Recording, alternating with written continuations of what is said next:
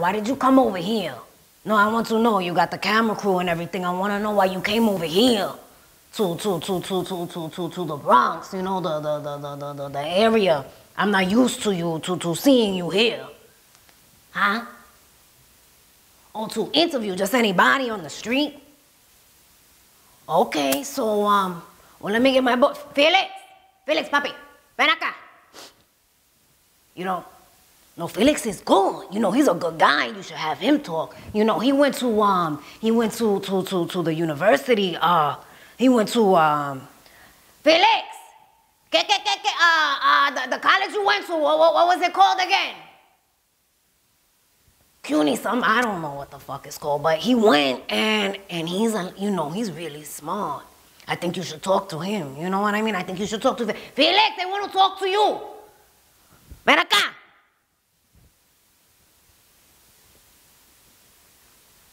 I mean, I might be a little more you know, I got stories. I got like 1 or 2 stories for you. You know, I don't know if I could tell them on camera. You know, I don't know if I could say all of the things that I need to say on camera, but, you know, I could let you know a little something about my life. Is that what you, because I can't tell it all, you know, because of the things that I do. Let me get a light. Need to pull on something in order for me to tell you that story. You know what? While we taking it back to Puerto Rico, and well, let's start from when I was here. You know, because I went back and forth and shit. So right now, I wasn't always living on this block, right? I don't know. Am I comfortable talking? Not really too comfortable talking. Whatever. And not every day you have a camera crew in your face to ask you questions like, you know, what I wanted to be and shit. I got to dig. Okay, I got one for you, all right? So when I was about like 9, 10 years old, I used to hang right on that train right over there. Right? And I would hang on that train and we would do graffiti and we would, you know, draw on the walls and shit. And my favorite color was white. And I would draw on the walls. And I remember this one guy, you know, he had a suit and shit. Black suit, navy suit, something real dark, right? And he had a red tie. And the spray paint, you know, the filter, the splackers, or whatever it's called, it got a little bit of that, got on his suit. And you know, I was never the type, even when I was 10 years old, I was never the type to apologize, you know. So I saw that, I did that when I was, you know, doing the graffiti with my name and shit, and it got on his suit. And he was like, you know, he didn't even say anything because he knew that if he was to say something to me, that I was gonna be like, hey, Papa, you know what I'm saying? Like, you know, bow, not say nothing, hit that motherfucker in the face, in the jaw, right? That's how we got down back then. You know, that's exactly how we got down. So when I saw his face, oh my God. Papi, let me get a light. I'm into the story and shit. I need a light. So I apologized. I said to the guy, right? I said to him, I said, oh my God, you know, because I had never seen a suit and a tie and a guy in my area. You know, I'm 183rd and Crescent. You know, I'm over here. And I don't see people like that over here. I think he was lost or something. You know what I'm saying? You know, hair was gelled and shit. That shit was looking smooth. He looked like he stepped out of the like, you know, the movies, like fucking, you know, like the Humphrey Bogart, and he was like, you know, I mean, like he went to the tailor and had that shit hemmed up. So I apologized to the guy, right? And I noticed, right after I apologized, he said, hey kid, don't worry about it. You know, some real like smooth, you know? And he didn't even really have a problem with the fact that I got the graffiti splatter all over his suit. And I said, damn, You know, because people like my brother, you know, my older brother, you got something on his tennis shoes and shit on his hat or whatever. You know, motherfucker got cut the next day or right there at that moment. You know, and so I thought about it. The kind of person that he was. To just say, no, it's okay. I said, I want to be like that. That's the motherfucker I want to be like. You know.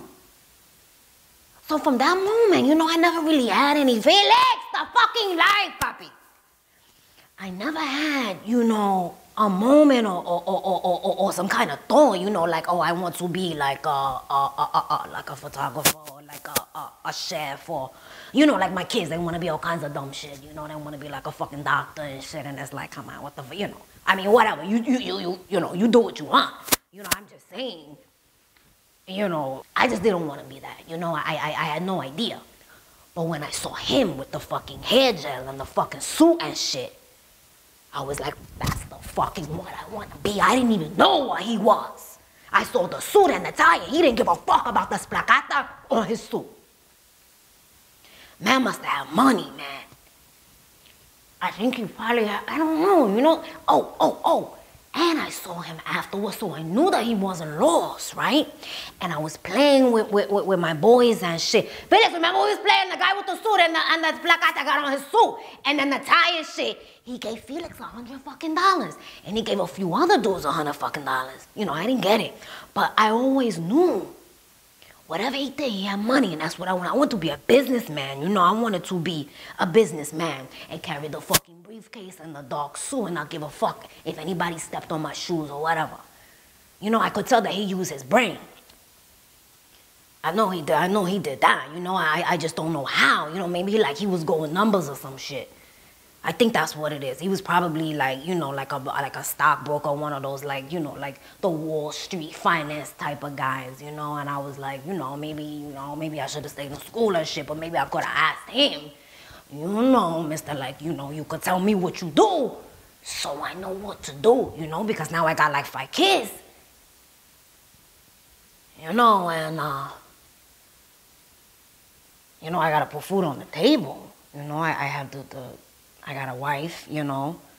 My daughter, you know, she's going to college as well, you know, and she wants to be a, I don't know what the fuck, in some kind of like magazine shit where you write and everybody reads the shit that you write, you know, that's what she want to be and shit. So, and I got the little one, you know, and he be looking at things like cars and shit, and I'm like, I don't know, papi, you know, I know you see on TV that the kids get the, you know, the car when they like, you know, 16, and most of my kids, you know, they, you know, hitting that 16, you know, that shit come fast. And like, I can't get nobody no fucking car and shit. And if I got, they don't even need no fucking car over here. This 183rd and Crescent, and it's like you put a nice fucking car on the street, and what happens? Knocks your fucking your tail light off, or your fucking, you know, a bang with the fucking hydrant right in the back of the windshield. Right in the fucking back of the windshield, you know, right in the back. You don't need no fucking car. Your shit is gonna get fucked up over here anyway, you know? When you say to you know, dreams and shit, I think it all depends on like where you live, right? Doesn't it depend on like the area that you live in? Because how can you have, you know, like what do you call it? Like the aspiration or like the inspiration or whatever. How you gonna have that living over here? You know, you can aspire to do certain things in this area, but then there's certain things that you can't just